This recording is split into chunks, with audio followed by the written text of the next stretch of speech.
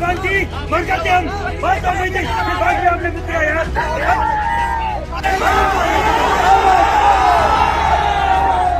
राजस्थान की भजनलाल सरकार के अब बुरे दिन शुरू हो गए हैं, क्योंकि भजनलाल सरकार ने जिस तरीके से सवर्णों पर बर्बरतापूर्ण तरीके से लाठियां बरसाई हैं, उसके बाद से सवर्णों का आक्रोश अब सातवें आसमान पर पहुंच गया है। सवर्ण अब कस्में खाकर कहने लगे हैं कि भजनलाल की सरकार को अब कोई नहीं बचा सकता। और ये सिर्फ भजनलाल सरकार के लिए ही नहीं, बल्कि पूरी भाजपा के लिए अब मुसीबत खड़ी करने वाली बात है, क्योंकि जिस तरीके से राजस्थान के जयपुर में सवर्णों के आंदोलन को कुचलने की कोशिश की गई, वो कहीं ना कहीं भजनलाल सरकार की मंशा को साफ दिखाता है। वो नहीं चाहते कि सवर्णों के बच्चों का भविष्य उज्जवल हो, सवर्णों के बच्चों का भविष्य अंधकार में जाने से बचे। वो नहीं चाहते हैं कि सवर्ण अपने अधिकार और हक के लिए सड़कों पर आकर मांग करे। और शायद यही वजह है कि भजनलाल सरकार ने अपने पुलिसिया बल पर सवर्णों पर लाठियां बरसाई। सवर्ण सड़कों पर उतरकर शांतिपूर्ण तरीके से प्रदर्शन कर रहा था, वो पैदल मार्च निकाल रहा था और यूजीसी रोल बैक के लिए नारे लगा रहा था। लेकिन जैसे ही सवर्णों की हजारों की भीड़ कलेक्ट्रेट की तरफ बढ़ी, तो पुलिस ने उन पर लाठियां भांजना शुरू कर दिया और एक एक करके सवर्णों को जमकर पीटना शुरू कर दिया। तमाम ऐसी तस्वीरें अब सोशल मीडिया पर वायरल हो रही हैं, जिसमें खून से लथपथ लोग दिखाई दे रहे हैं और वो अब नारे लगा रहे हैं। उनका आक्रोश बढ़ता जा रहा है और दिखाई दे रहा है कि किस तरीके से पुलिस ने उनके साथ बर्बरता दिखाई है। अब जिस तरीके से सवर्णों पर पुलिस ने लाठी चार्ज किया, वाटर कैनन का इस्तेमाल किया, अब उसको देखते हुए पूरे देश का सवर्ण समाज आक्रोशित हो गया है और अब वो बीजेपी को सत्ता से बाहर करने की कस्में खाने लगा है। नमस्कार, मेरा नाम है शैलेंद्र और आप देख रहे हैं खबर खजाना। बीते दिन राजस्थान के जयपुर में जो कुछ भी हुआ, सवर्णों के साथ जो बर्बरता की गई और उसकी तस्वीरें जब सामने आई, तो पूरे देश में सवर्णों के अंदर आक्रोश फैल गया और सवर्ण एक सुर में बोलने लगा कि अब बीजेपी की जो एक तानाशाही है वो बिल्कुल भी बर्दाश्त नहीं है। क्योंकि जब सवर्ण अपने अधिकारों की मांग नहीं कर सकता, अपने हक की बात नहीं कर सकता, अपने बच्चों के भविष्य को बचाने के लिए लड़ाई नहीं लड़ सकता, तो ऐसे में उसके सामने सारे रास्ते अब बंद हो चुके हैं। और जब रास्ते बंद हो गए हैं, तो वो अपने तरीके से अब अपना हक लेगा और अपने लिए, अपने अधिकारों के लिए आवाज उठाएगा। राजपूत करणी सेना के राष्ट्रीय अध्यक्ष महिपाल सिंह मकराना पिछले 25 दिनों से 600 किलोमीटर की पैदल यात्रा निकाल रहे थे और ये यात्रा जब जयपुर पहुंची, तो हजारों की संख्या में सवर्ण वहां पहुंच गया और उनके साथ समर्थन देकर एकजुट में, एक सुर में आवाज उठाने लगा कि यूजीसी रोल बैक। लेकिन ये आवाज जैसे ही भजनलाल के कानों में पहुंची, मुख्यमंत्री भजनलाल के कानों में पहुंची, तो वो तिलमिला उठे कि कैसे कोई उनके राज्य में, उनकी सरकार में इस तरीके की नारेबाजी कर सकता है। क्योंकि यूजीसी जो है वो तो भाजपा ही लेकर आई है और ऐसे में उन्होंने पुलिस को भेजकर सवर्णों पर बर्बरता तरीके से लाठी चार्ज करवाई और बर्बर तरीके से किए गए इस लाठी चार्ज में तमाम युवा, महिलाएं, बच्चे और बुजुर्ग घायल हो गए। सड़कों पर युवाओं को पुलिस पीटती रही और वो लगातार खड़े रहे और नारे लगाते रहे कि यूजीसी रोल बैक। पुलिस की इस तानाशाही रवैया को देखते हुए महिपाल सिंह मकराना ने ऐलान किया कि जब तक उन दोषी पुलिसकर्मियों पर कार्रवाई नहीं होगी, तब तक वो डटे रहेंगे ऐसे ही और ऐसे ही आंदोलन करते रहेंगे। सुनिए आखिर उन्होंने क्या कुछ कहा।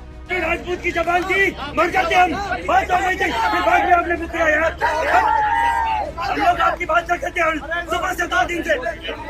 हमारी बहन बेटियों ने गलत किया था, हमें मारो और मारो, हम कहेंगे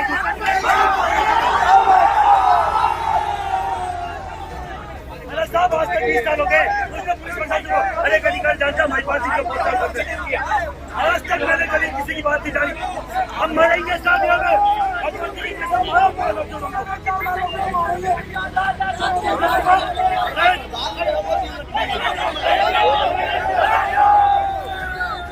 मुख्यमंत्री भजनलाल शर्मा ने जिस तरीके से सवर्णों के साथ किया है। आप तस्वीरें देखिए कि किस तरह से शांतिपूर्वक लोग प्रदर्शन कर रहे थे, पैदल मार्च निकाल रहे थे।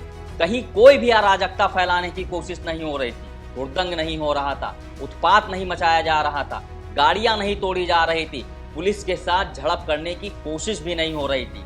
एकदम शांतिपूर्ण तरीके से सवर्ण अपनी बात कहने के लिए कलेक्ट्रेट जा रहा था, जहां पर वो राष्ट्रपति के नाम ज्ञापन सौंपना चाहता था। लेकिन उससे पहले ही पुलिस ने उन्हें रोकने की कोशिश की, उन पर वाटर कैनन का इस्तेमाल किया, और जब इसमें भी प्रदर्शनकारी नहीं माने और वो आगे बढ़ते रहे तो पुलिस ने बर्बरतापूर्ण तरीके से उन पर लाठियां बरसाई और जमकर उनकी पिटाई की।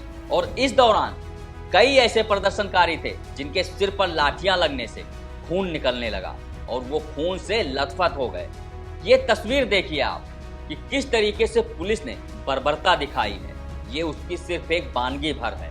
ऐसी तमाम तस्वीरें हैं जो सोशल मीडिया पर तैर रही हैं। ये दूसरी तस्वीर भी देखिए जिसमें ये एक युवक को बीच सड़क पर दर्जनों पुलिस वाले घेरकर पीट रहे हैं और वो सीना तान कर खड़ा हुआ है अपने हक के लिए, अपने अधिकारों के लिए, अपने बच्चों के भविष्य के लिए। जो आंदोलन हो रहे हैं, पहले जंतर मंतर पर मारा, आज यूनिटी का कोई विरोध कर रहे हैं उनको मार रहे हो। आप कौन होते हो मारने वाले? आपके एमएलए, एमपी और मिनिस्टर निकल जाएंगे क्या? आज यूजीसी वालों के खिलाफ इन्होंने जो आंदोलन ये किया लाठीचार्ज, कि भजनलाल शर्मा और मोदी सरकार की उल्टी गिनती शुरू हो गई।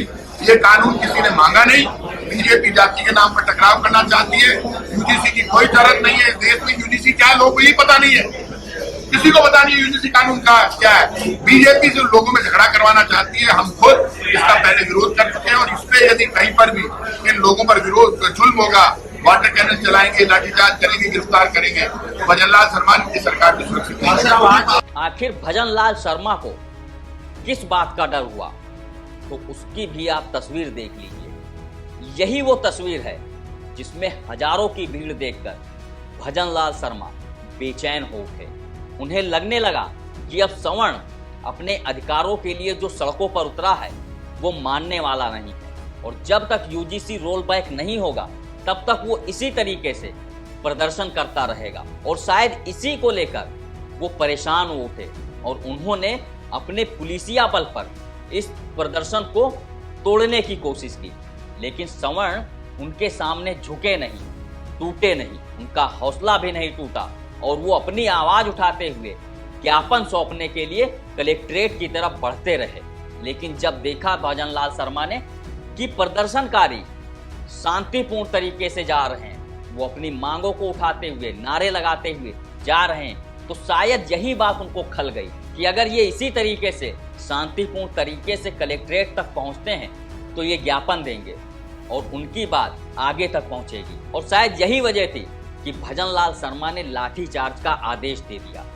लेकिन अब सवर्णों पर हुए इस लाठीचार्ज के बाद पूरे देश में सवर्णों के अंदर आक्रोश पूरी तरीके से उबाल मार रहा है। सवर्ण अब कस्में खाकर कहने लगे हैं कि वो भाजपा की सरकार को सत्ता से हटाने के लिए कुछ भी करेंगे, मतलब कुछ भी करेंगे। वो इसको उखाड़ फेंकेंगे और बीजेपी को आने वाली उनकी पीढ़ियां भी वोट नहीं करेंगी, क्योंकि इन्होंने जो सवर्णों के बच्चों के साथ किया है, सवर्णों के साथ किया है, वो कहीं से भी माफी के लायक नहीं। इस वीडियो में फिलहाल इतना ही। बाकी देश दुनिया की तमाम खबरों के लिए देखते रहिए बतकही चौक। नमस्कार।